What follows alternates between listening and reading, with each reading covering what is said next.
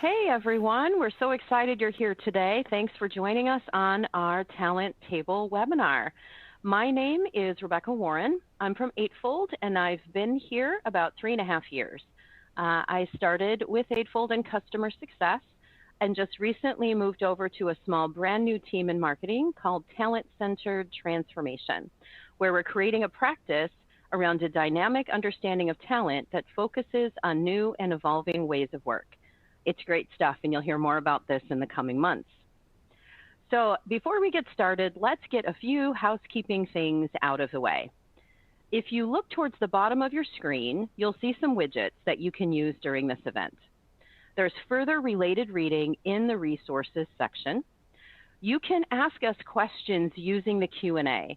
So we've got a lot to go through today, so if we don't get to your question during the webinar, someone will get back to you.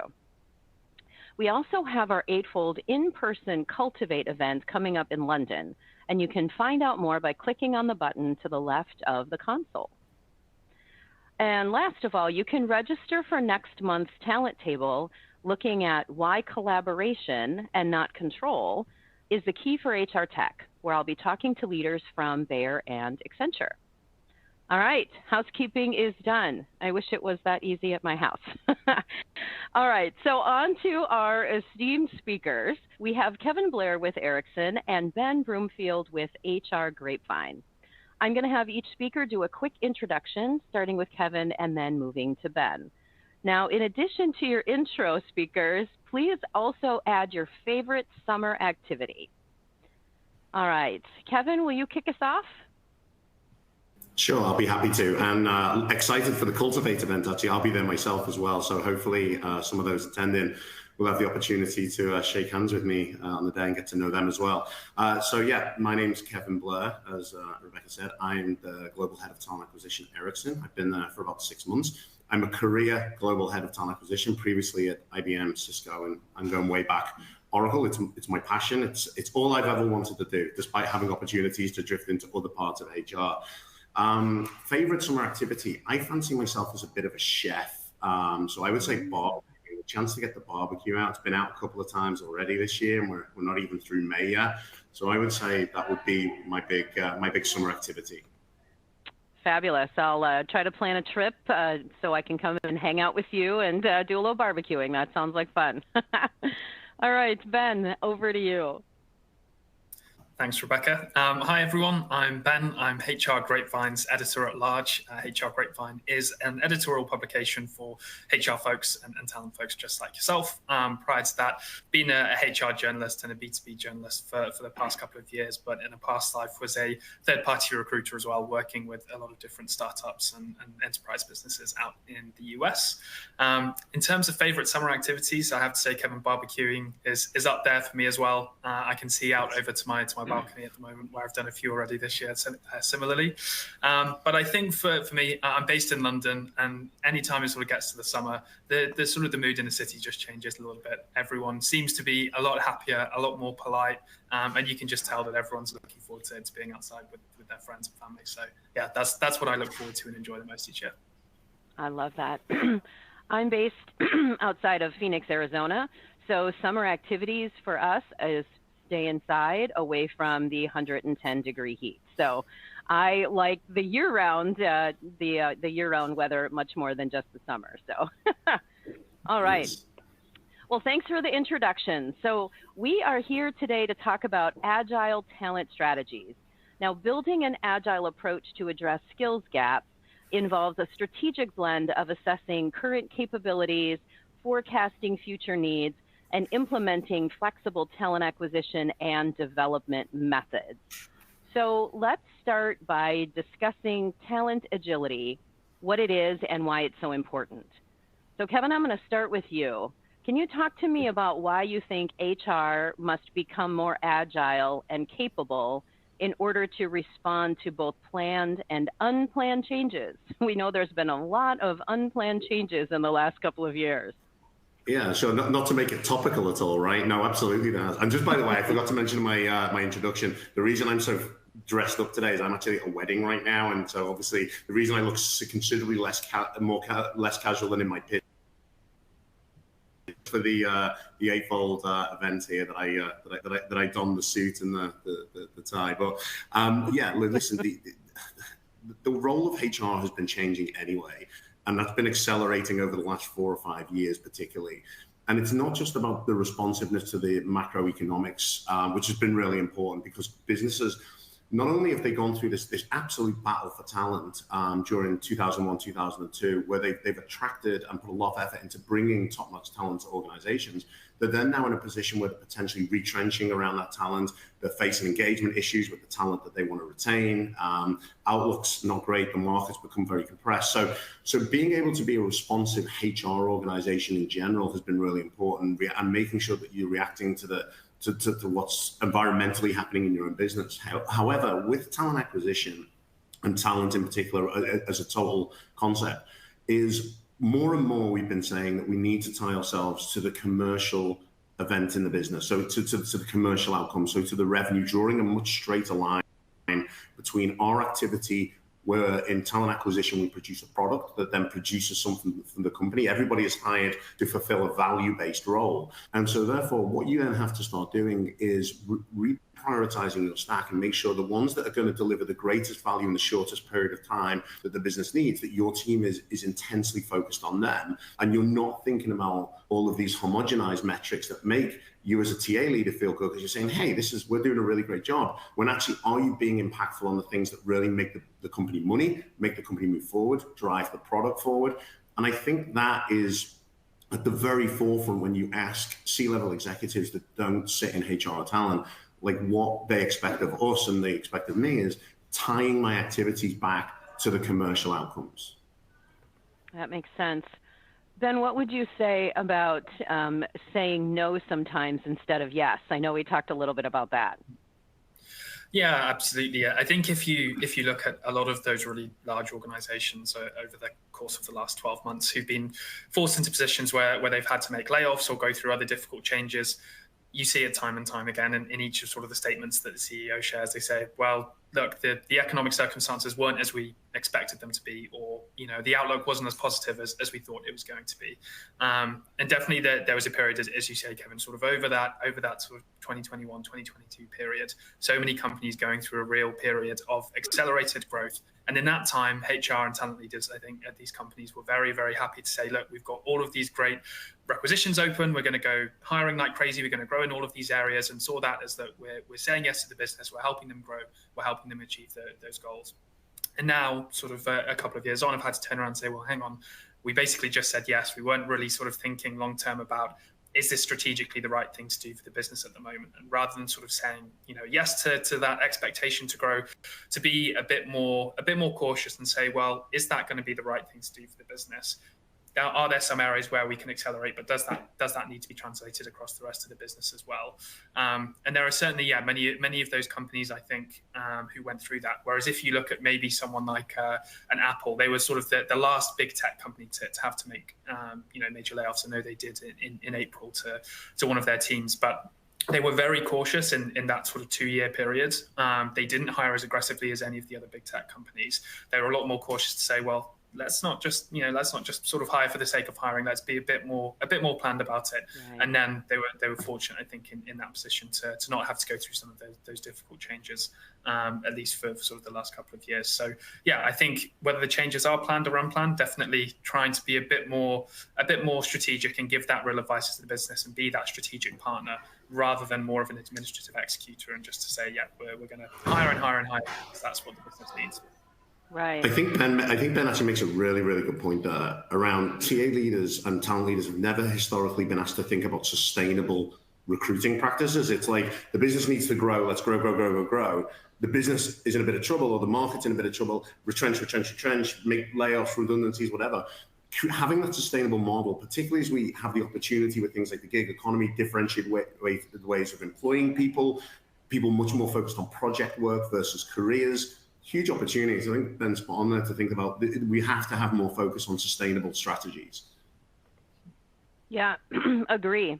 And so talking about that, shifting to what it might look like inside an organization, right? Organizations need to understand what skills they have, what their strengths are, and what the gaps are. to make sure that they are prepared for those internal changes. So Ben, you said something about catching people before they fall. Tell me a little bit about what that means and how organizations can think differently. Yeah, absolutely. I can't claim to take credit for the phrase. It was actually at an Eightfold webinar roundtable that I was hosting a few weeks ago, and it was brought up by one of the guests. But I loved that phrase when I heard it and when it came up in conversation. And I think it's when we sort of look at this skills-based approach and how companies can be more agile with their talent, it comes down to how they can really think about the skills that they have within the organization and how they can be best deployed. As we said, it's a period in time where talent is very, very highly prized, especially for those highly skilled roles where you really don't want to lose talent. And actually taking an approach to be a bit more agile with it, to take more of a skills-based approach and to say, well, look, this person they're a great employee, they've got a great relationship with their manager, but maybe they're looking elsewhere. They're coming to that period in their career where they're looking for a move, but actually they've got all these great skills that could be used in lots of different other areas of the business, in roles that they haven't thought about, in roles that we haven't thought about as employers yet. So it can be a great way to sort of catch those employees before they disappear off to another organization or before they disappear off to another role, to say, look, you've achieved some great things over the last 12 months, over the last 2 years, however long it is, but we think your skills could also be used in this area of the business, and maybe it's something that you've not thought about yet, and really present that opportunity to them before they sort of fall away, because it's always better to ideally to sort of retain those skills within the business, even if you're losing them from that specific team.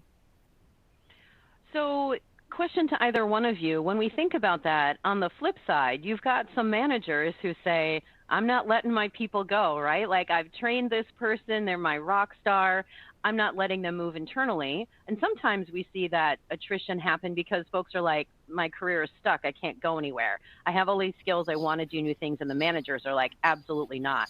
So what are some things that using a skills-based approach could help with when managers are resistant to someone leaving their team? I mean, I think from my view, and then Ben can maybe comment on his, but I think from my view, one of the things you've got to do is step back a second from that scenario and think about what we're actually asking managers to do and how we're enabling them to do that. Most managers, when it comes to hiring and recruitment processes, are generally expected to have a capability and a competency the minute they're promoted into or developed into a people leader role, right? So this whole idea that all of a sudden we'll develop you on the product, we'll train you on how to sell or how to engage or how to count in spreadsheets or write formulas or whatever, but we won't train you how to do recruit.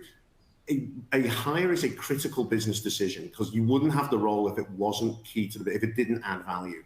But then we just expect people to do it. So first of all, there's an education gap that we need to go to the managers and say, we're doing it right now. We're building it to roll out to 8,000 managers within Ericsson, where we're going to say, we're actually going to develop this muscle so that you feel capable and competent to execute in the ecosystem of a hiring strategy. So, similar to what we've seen in other organizations. And I remember practicing this 6 or 7 years ago, and it was a bit of an aha moment for many CHROs. Like, yeah, why don't we train them to do that?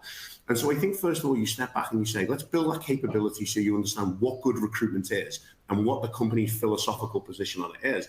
And then if you're looking at now, you then educate them to understand, well, if you're working in an ecosystem of skills hiring and everybody's adopted it, you're going to be as much a beneficiary of that as you are somebody that's potentially going to lose people in this rotation.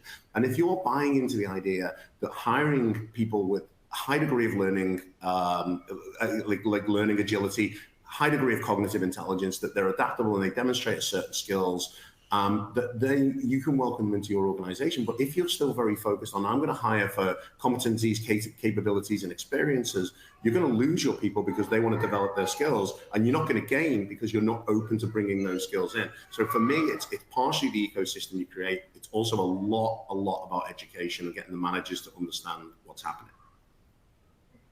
Yeah, absolutely. Yeah. Go ahead. I think there's definitely a cultural component as well to any change that underpins this, and it definitely comes back to all of those change management fundamentals that are still just as applicable as they were 50 years ago as they are today. Communication is a really important thing. Education is a really important thing. Managers have to understand the benefit to them and to their team of this type of approach. And so sometimes that does mean, as Kevin says, sort of taking that step back to say, well, hey, yeah, this might be a short-term, sort of loss to your team. You might lose this particular skill set, but with this new approach, here's how your team might benefit right now, but also here's how the business is going to benefit. So yeah, I think it's definitely speaking a language of those managers and making sure that they are very clear on what the benefit is to them of sort of a broader shift to this type of skills-based approach, and not that it's only going to be something that's rolled out to one or two select teams, and you're just going to have your best workers poached from you every time they show they've got some good skills. Instead, just being a bit more sort of communicative with them and sort of helping them understand, ideally through a few different use cases, some successes within the business, why it's been such a beneficial strategy to the team, and how those benefits will feed back to them into the short and long term as well. Yeah, and I think as we talk about that, what's changing in our organizations, right? Things are shifting so quickly with tech, all the different things that are coming in, pressures, changes, all of those things. It's not even enough to focus on change management inside of organizations. And that's one of the reasons why the team I'm in has been developed is we have to think completely different about talent, right? We have to think about centering our businesses around talent as opposed to centering around filling jobs, as opposed to, right, here's a job description and somebody that I need to plunk into it. We have to think differently. And so what are some of the things that you both would suggest when you think about staying ahead of the curve? What kind of things do we need to be thinking about as organizations to make sure that we don't fall behind? So, I mean, I maybe make my comment first. I think, first of all, if we talk in terms of the tech, as you mentioned it there, I have been for years preaching and debating and eulogizing about the fact that technology around HR, and particularly talent and recruitment, needs to support us better in driving the activities and the outcomes. Far too focused as TA Tech been focused on features, benefits, MI, reporting. Hey, look for this release, you've got this extra bit of insight. It's great. I always want more insight. But please start. I have an organization of 250 recruiters. Please help me start using technology to direct their behaviors, their activities, to draw a straight line to outcomes, to reduce the technical debt, to reduce the productivity debt, because the wastage and latency is huge in a TA organization because they have to filter a lot of things. They have to kiss a lot of frogs or whatever you want to use as the analogy. But the point is that technology needs to start helping us direct the activities and the outcomes. And you see it in other industries, and I'm really positive the conversations I've been having recently with yourselves at Eightfold and a couple of other vendors that they're actually starting to look at the way the CRM markets went with Salesforce and companies like that, where they actually started to say, let's drive behaviors of salespeople. Well, let's drive behaviors of recruiters and managers to better outcomes that can be inclusive, that don't need to be exclusionary, that can adopt, that can build in inclusion in the process, but ultimately get us to that place more quickly. That is, I've been saying it. I'm bored of myself saying it. That's how much I've been saying it. So I've been saying it for a very long time, and I finally feel like we're starting to make those steps in that direction. Ben, any thoughts there? Yeah, I think sort of more broadly, then if companies do want to get ahead of the curve, then I think they have to start looking at sort of this issue just beyond sort of the lens of we've got a team of recruiters and we want to shift to a skills-based approach. So we're going to start removing degree requirements from CVs and a few other things, and then just sort of leaving them to that. I think it's a real opportunity to get a bit more consistency across talent acquisition, but also across talent development, performance management teams as well, to say that we've got these skills that we know we're seeking in the organization. There are different ways we can go about scoring that. We can get that through external recruitment. We can get that through internal development. We can get that through sort of talent management and succession planning. When all of those different areas are sort of working separate to one another, there's different technologies that sort of sit within each of those departments that aren't speaking to one another. It becomes very difficult for any sort of consistency to take place across the business. And that's where you end up in organizations where some teams are completely overstaffed and have got more skills than they need to complete the work that they're doing, and are probably going to be in the firing line for layoffs when they come up. But also then you've got teams who are understaffed, they're underskilled, they're struggling, they're burning out. And you've got those real sort of discrepancies within the organization as well. So I think to get ahead, then organizations really sort of want that technology that can certainly sort of speak to different areas of the business, and maybe sort of some of those different silos within HR, and make sure that there is a bit more consistency about the goals that each of those different teams is trying to achieve. Yeah, I love that transparency across the organization. It doesn't just belong in one department here or there. Everyone needs to work together for the good of the business. And that's what you were saying as well, Kevin, is let's drive the outcomes and the behaviors across the organization as opposed to looking at my work in a silo. I love that. All right, so let's shift a little. I think I think also Ben makes an interesting point about engaging the audience as a whole. I think a lot of companies, when they report internal mobility applications and engagement, often it's a small percentage or a certain percentage of the group that does multiple applications. So, 20% of the company applies for 80% of the jobs, or that kind of thing. You do see a lot of that repetition and behavior. So I think engaging everybody is really important. Ben made a really good point about that. You've got to bring them all to the table. Yep, I love that.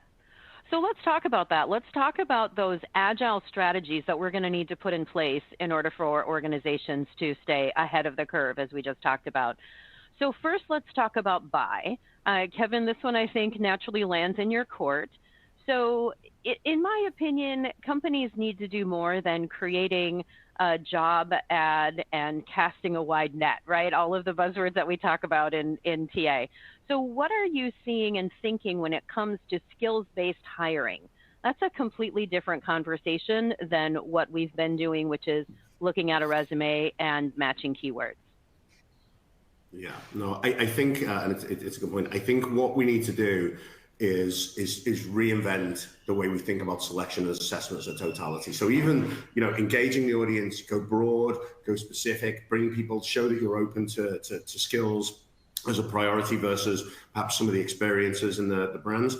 Removing a lot of credentialism. I think it's really important. I'm a really big advocate for getting away from this credentialism. Rebecca, you sit in the US, and there's a lot of university bias and college bias and all that kind of stuff that goes on in the corporate world. But moving away from the credentialism, start to focus on the capabilities of the individual and the skills.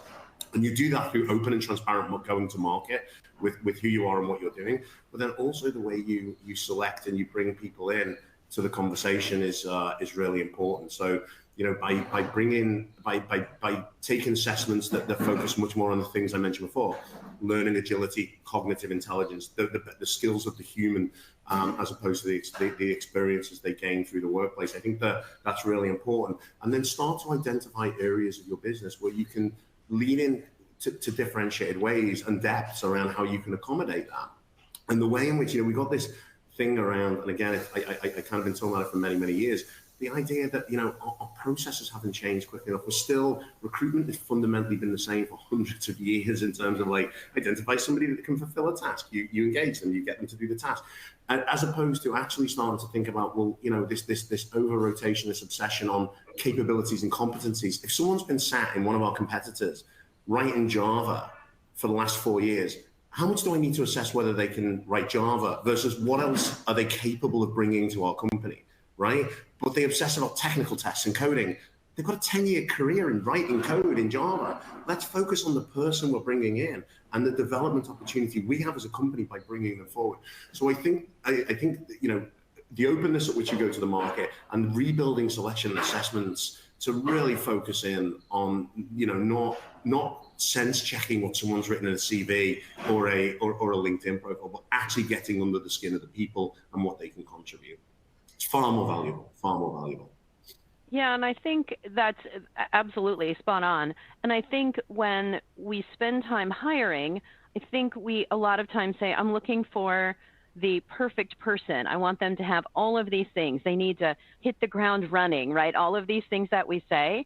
Is it such a bad thing if we bring somebody in who has the capability, who giving them that extra 20 to 30% in their, room to grow. Because if you bring in somebody who's got 100% of what you're looking for, not only does it take forever to find that perfect person, you've got to untrain whatever they've learned if you've got anything different in your process, but you also aren't giving them anything to add to their toolkit, right? I always say that bringing in somebody with 100% of the skills is like hiring a consultant, because what are you pouring into them and what are they able to learn? So how do we find the people, as you said, with the competency to do it, the potential, the interest, as opposed to saying we're going to match them exactly to a set of keywords? I love that.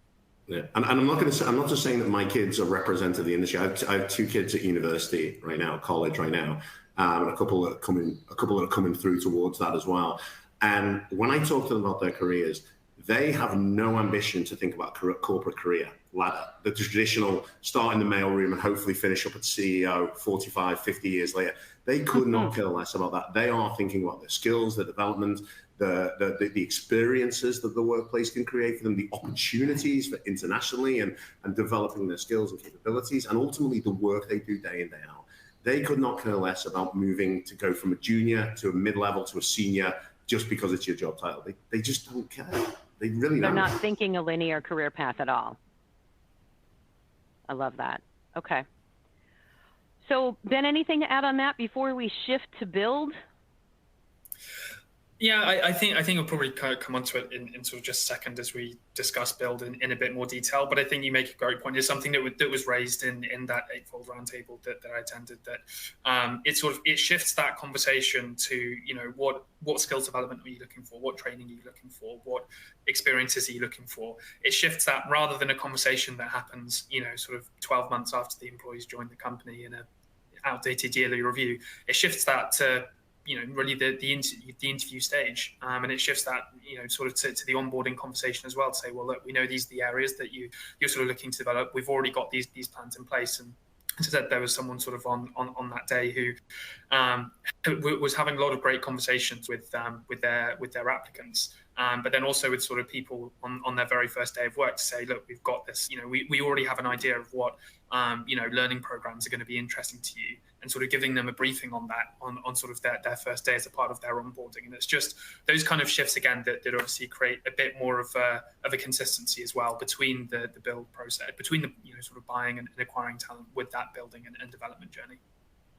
Yeah, not the secret that happens after you're hired, but what does that look like before you even get in the door to know if this is a long-term opportunity for you? Yeah.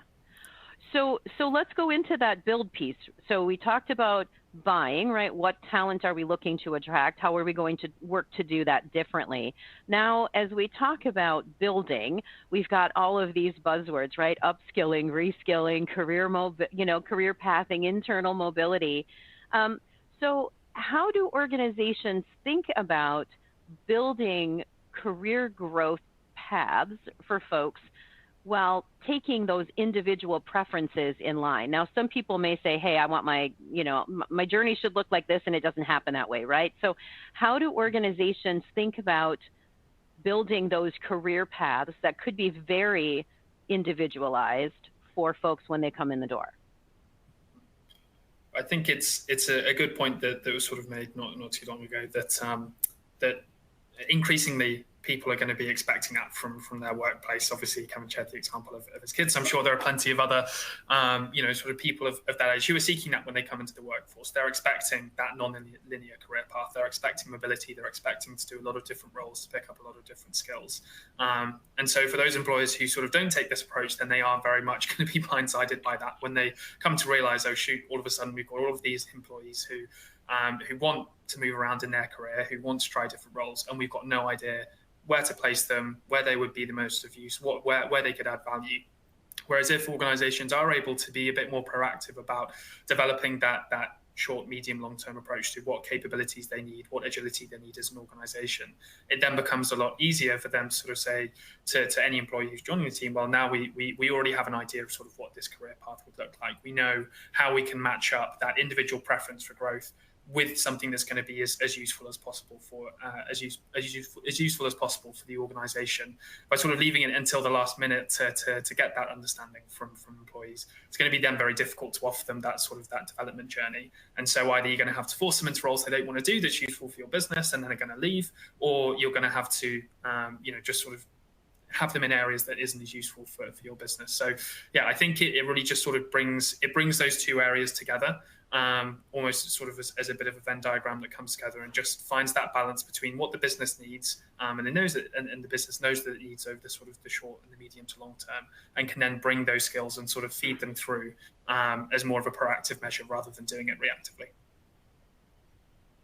No, I agree. I think there's some things as well, when we think about some of the things that we've talked about over the years, but we haven't actually lived. I am a huge believer in the philosophy of developing strengths as opposed to trying to overtly correct weaknesses. I think we all have 100%. Weaknesses. I do. And one of the things I love about my current leadership team that I built, and I've inherited a lot of them, is they're well placed to cover my gaps and my weaknesses, and I'm able to excel with pushing my strengths out there and continue with that. And so by making sure that you have clear paths that, not to say, well, we've defined this role and you're 8 out of 10, so these are the 2 things you need to learn to get there, but opening up the aperture around, well, what other things can happen that make you, that by moving you into that 8, or that makes an 8 good enough, or that 8 is also applicable over here, it becomes a 10 over here. So using technology with intelligence that can actually direct you. And using more and more, I get frustrated with some of the learning platforms I've seen over the years, whereas they're very much about the person directing the journey. So I'm here, and the learning platform is static. So I direct where I want to go, where I need to learn. That's not how life's working now. I want the Netflix, Amazon experience where I sit in the middle and all the good stuff comes to me. You need this because we've identified this. This is what you should be doing. Kevin, you're really good at this. Kevin, go and focus more on this, develop this. That experience, that consumer experience in the workplace of, I want my learning platform to look and feel like Netflix. I want it to tell me what it's recommending for me based on my preferences for learning, based on what I'm good at and what I want to develop, and based on the direction it can help me get a different experience in the workplace as well. And that's still too static. You're trying to direct yourself, or you're saying, looking at a job description, saying, I'm short of those 2 things. I'll go and find that in the learning platform. Well, maybe that's not the right answer. Particularly for a skills-based organization, maybe it's not. Maybe you do need to open the aperture and the thinking to a much greater extent. Yeah, so I've got 2 things I want to add to that. I love this conversation here. So I think the first piece, when we talk about internal development, sometimes it feels like we're just kind of lost, right? Like you said, Kevin, like there's so many things out there to do. If you have a performance conversation with your manager, and especially in the past, it used to be that laundry list of all the things you have to fix, right? Focusing on your weakness instead of your strengths. So how do we focus on those strengths? But also, how do we focus on maybe not a laundry list of things that we want to improve, but how can we start thinking about like those micro learning plans, right? Let's work on one skill. We don't have to fix all of these things, or we don't have to develop all of these things at one time. But if one skill can make us incrementally better, let's focus on that and do it in an abbreviated way. I'm going to work on this skill, right? And it's that sense of accomplishment as well. When you get sometimes those development plans, and you're like, oh my gosh, that's overwhelming. I'm never going to be able to do all those things. And we look at those and they show up, 2 months before they're due, and we're like, dang it, we haven't done anything on our development plan. And then everybody's scrambling to try to do that to say that they've done it. How do we make it less of a tick the box and more about excitement to learn these little things? And sometimes doing it in bite-sized pieces is a lot easier than trying to, correct all of these things that we need to do in order to get to that next level.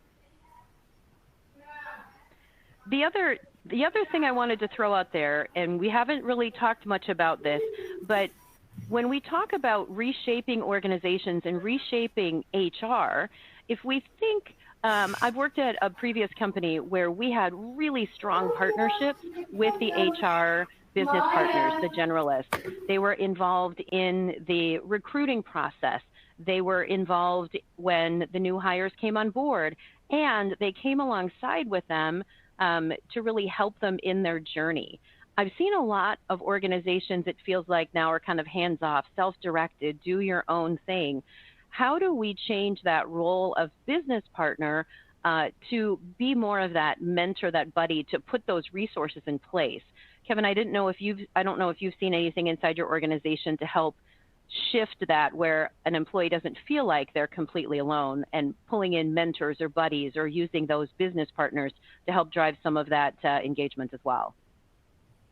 Yeah, exactly what you just said. It's back to this ecosystem concept, that the company is an ecosystem, and effectively it's an organism. It's organic, it's evolving, and it's changing as people come in. We hire externally 10,000 plus people a year that come into the organization with new skills, and bringing those experiences in, particularly when you're in a large corporate like Ericsson. We have 5 generations not just in the workplace. We have people who've done 5 generations in the company, and 3 generations and 2 generations. And so what you want to do is make sure that you leverage the new that's coming in, the established that's already here, making those connections on those journeys. And again, it comes back to this experience of community. And I think Ben was talking about it before, about that engaging everybody, not just having the engagement to 20% of the people that are active and responsive, but actually probably more so focusing on the people who are a bit ambivalent and a bit disconnected from it. And your point before, Rebecca, about the fact of, we get this development plan and everyone rushes to do it at the end. Why is that? Is it because they've got so many other priorities? Possibly. Probably mostly because it's not really talking to what they're interested in doing and the direction they want to take, but they're ticking a box to fulfill a corporate mandate to get to the next level, to get the move that they want to get, as opposed to, engaging them and driving them forward.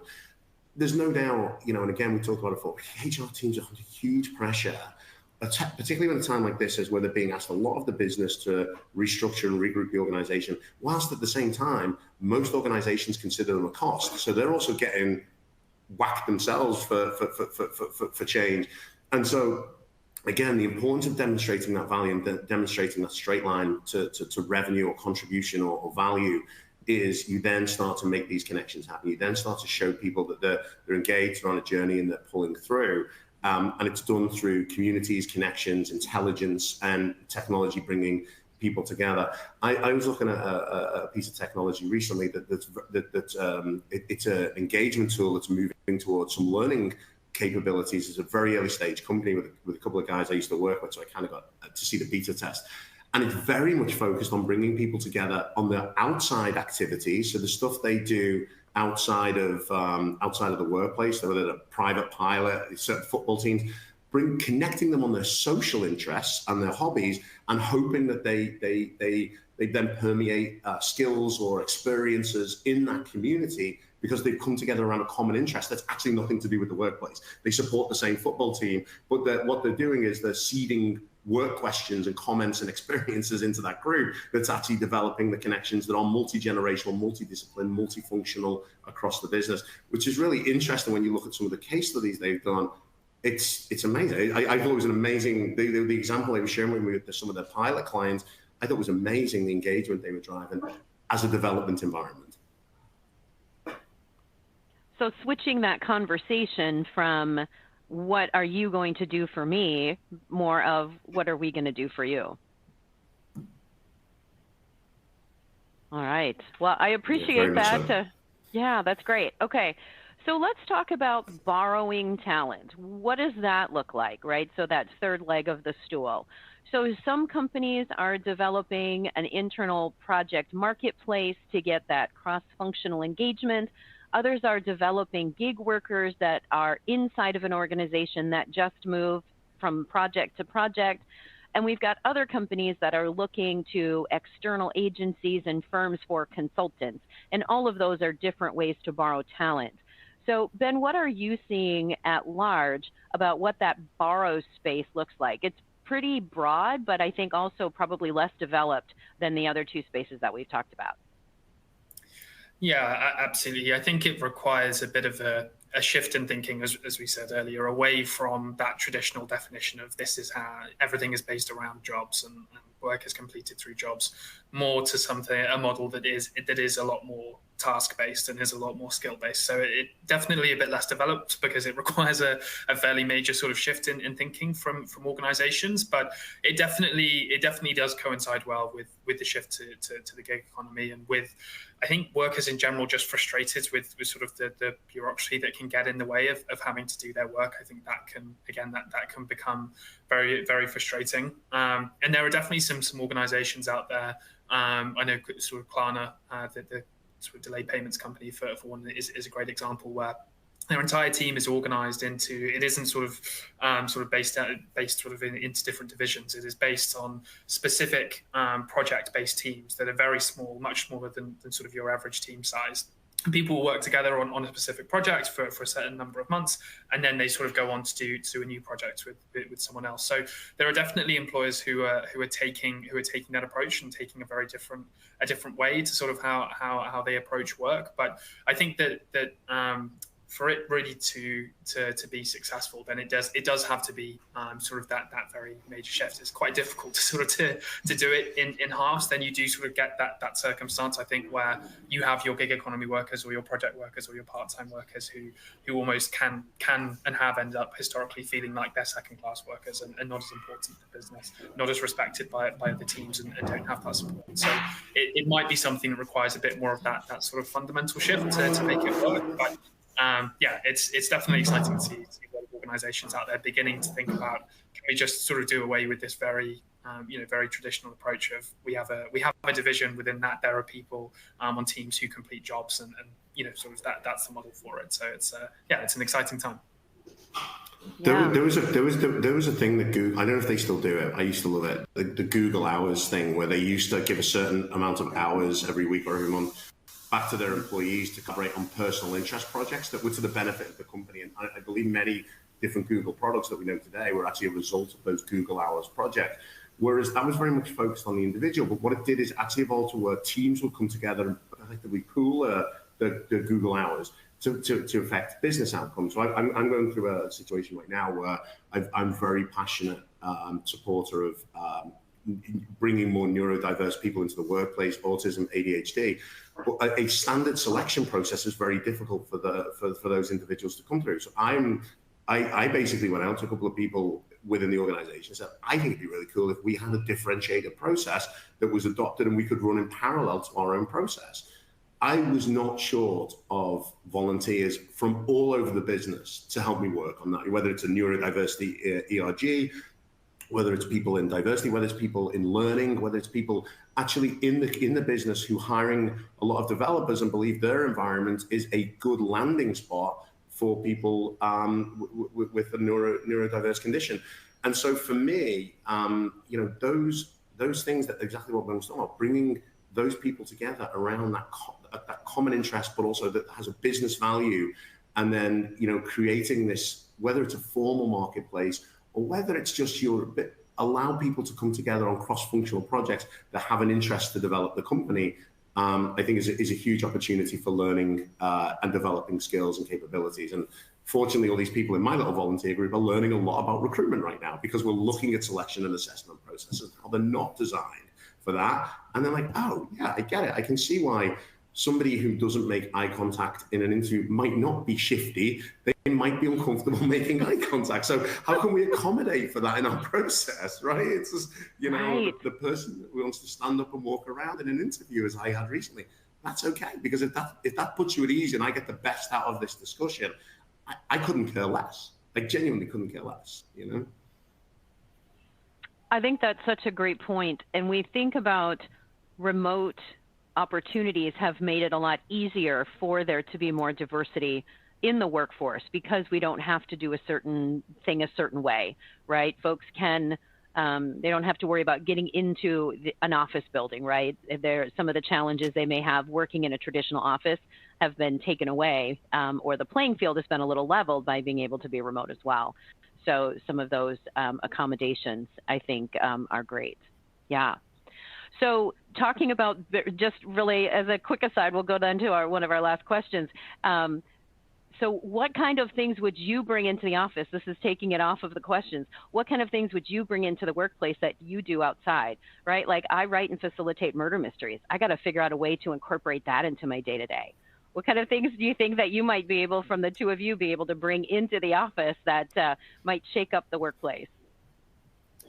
I love a murder mystery. So first and foremost, then if you've got some writing that you can share, then I'm interested to read it and to see it. Yeah, I think again, I feel like I'm going to be stealing Kevin's point because of what he said right at the beginning about his love for food and barbecuing. But yeah, I love cooking and sort of I love food, and I think that is something that is. Obviously, you can't do it on your own, but it's something that is very community based and it's something very communal. And there's something really enjoyable about taking the time to prepare a meal with your friend or with your family or someone that you care about, sort of just to, I don't know how it would necessarily translate into the workplace, but again, there's a lot of great lessons there, and it's just an opportunity, I think, for sort of people just to stop and pause, take a moment just to focus on a sort of small task or small bit of food that they're making and just catch up and have that moment to speak and connect. So that's one thing that I'd love to bring in. That's a good one. Wheeling your barbecue into the office is huge in violations of health and safety policy. But no, I think the other thing more broadly, more philosophically is, I personally love things that are gamified. I love making decisions in a very light-hearted way. You know, everyone was saying you're doing 2 days in a meeting room for an offsite, and then you find you did your best work around the dinner table over a glass of wine as a group, and sometimes that's how it works, right? So I think the more we bring gamification into the way we work and the way we make decisions, not in an overtly ridiculous way where we you know, everything we make decisions by Pac-Man, but we actually get more hands-on, we get more experience-led, we get more touchy around the topic and a bit deeper on it. And that's how we start to bring things in, is that we experience it and we connect with it, and we remove some of the structures and the barriers that are normally constrained to making decisions. Just make it a bit more fun how we get there, you know? Yeah, agree. Okay, so let's talk about how talent agility can empower HR. We've talked about different ways that HR maybe has been looked at as a little more traditional, hasn't necessarily had a seat at the table. Bringing in an agile approach and empowering HR, I think, is the next step of where we need to go. So how are we, and I'll throw this out to both of you, so how do you think a skills-based approach to talent helps HR as a function? I think there's a good recent example maybe that I can share, that McKinsey sort of mentioned that they were going to be giving a lot of their managers 9 months to reskill and retrain in a different area before sort of as an alternative to letting them go immediately, giving them that opportunity to retrain and then step into a different role within the business. I think that's a really good example of, again, how going back to what we mentioned earlier, how an organization and how a HR team can be a bit more strategic and less of a sort of administrative executor to say, well, we don't have a clear picture of what skills we have within the business. We don't have a clear picture of what skills or capabilities we need within the business. So we're just going to highlight crazy when you tell us to hire, and we're going to fire like crazy when you tell us to do that. So I think it's a really good opportunity for HR teams and for talent teams to be a bit more strategic and say, well, look, we know that we're going through this change as a business. We know that we've got all of these workers who've got great skills, but maybe sort of the work they're doing at the moment just isn't an area that the business is going to focus on for whatever reason. We can shift them over to this other area of the business where their skills are more needed, where we have teams that are understaffed, or where we have capability gaps that are missing. So I think it's fundamental to successful succession planning, to workforce planning, to being a lot more intentional about the support that the organization gives and sort of helping them to achieve its goals. We're definitely in a position now where, as we said, there's been so much change over the last couple of years. Organizations are pivoting and changing each time. When a business decides to make that major decision, they need to know from the HR team what skills the business has, how they could shift talent around, how they could shift those skills around to get there. And so that's where HR can really be that part to the business to say, no worries, we know what skills we've got, we know what direction we can move in, and sort of demonstrate that to the other business leaders. So I think that's why having that agility is really important, especially in this time of just constant change that we're in at the moment. Yeah, and I think adding to that as well, think about what you're measuring and why you're measuring it. Like some people just have measurements for success or for outcomes, and they don't know why they're measuring it. I think, I sometimes when I talk to groups of TA leaders or HR leaders, I sometimes think my head's going to explode if someone tells me one more time that in some way you can connect time to fill as a value or a quality metric in recruitment, right? It's not. It's a productivity and a speed metric, right? So, unless you're able to differentiate it and start thinking about, well, why do we measure everything in this homogenized way? Why do we think that arbitrarily working towards a number that we picked ourselves, that we govern the action activities towards, and then we congratulate ourselves when we're green on it? We've got to stop doing that. We've got to start thinking about what are we measuring and why are we measuring and how, and we're never going to get the true commercial connected to the value, connected to the revenue HR model until we start to demonstrate a straight line back to the very thing I said at the very top of this conversation, a straight line to the outcomes the business needs to see. And that is not always what we choose to measure ourselves on and argue that we've done a good job because we're green across the board on our metrics, that we decided what they were, we self-govern, and then we congratulate ourselves on what a great job we did. It's not enough. It's not enough, Yeah, agree. Thinking about that holistic view of talent, of agility, of what are the business outcomes that we're measuring towards, totally makes sense. I've always hated the time to fill metric. It's not a great one at all, but it is an easy way to be able to put some numbers to our productivity. Okay, so we're coming to the last few minutes here.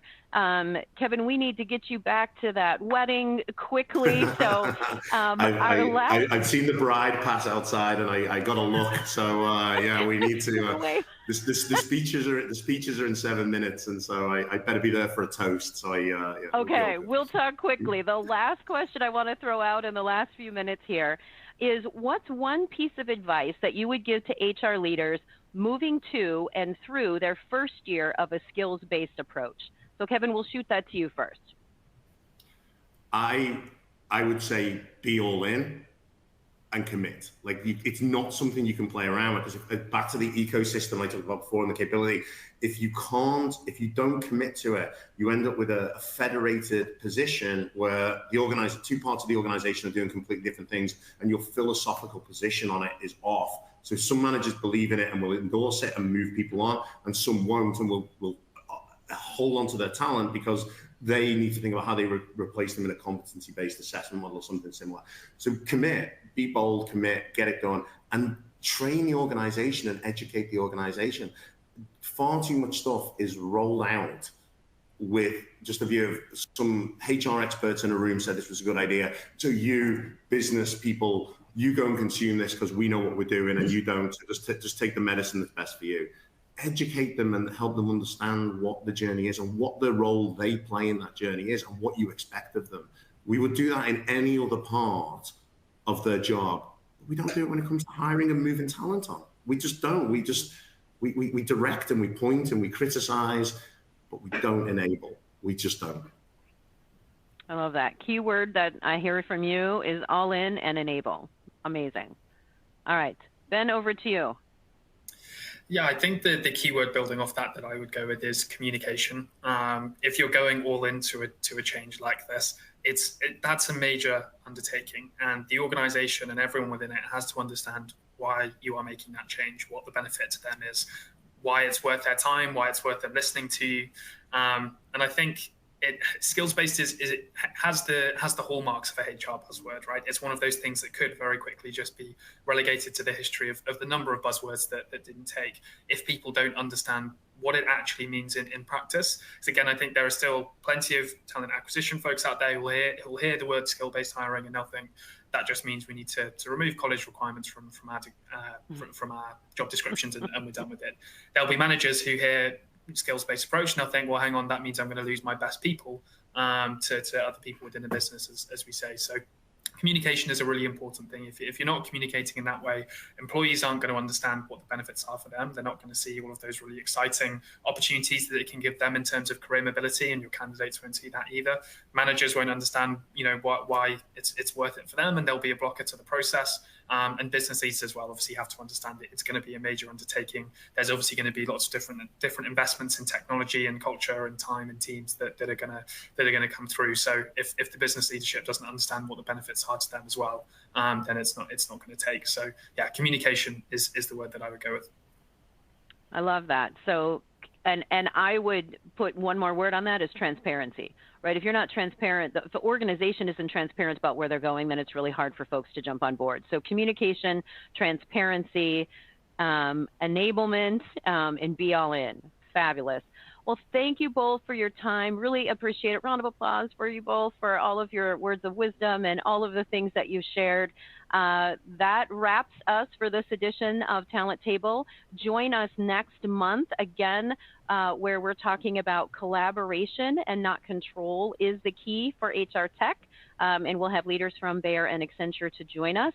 Everyone, have yourself a wonderful rest of your day. Enjoy the wedding, Kevin. Thanks for making time for us. Ben, appreciate your contribution. No problem. Take care, everyone.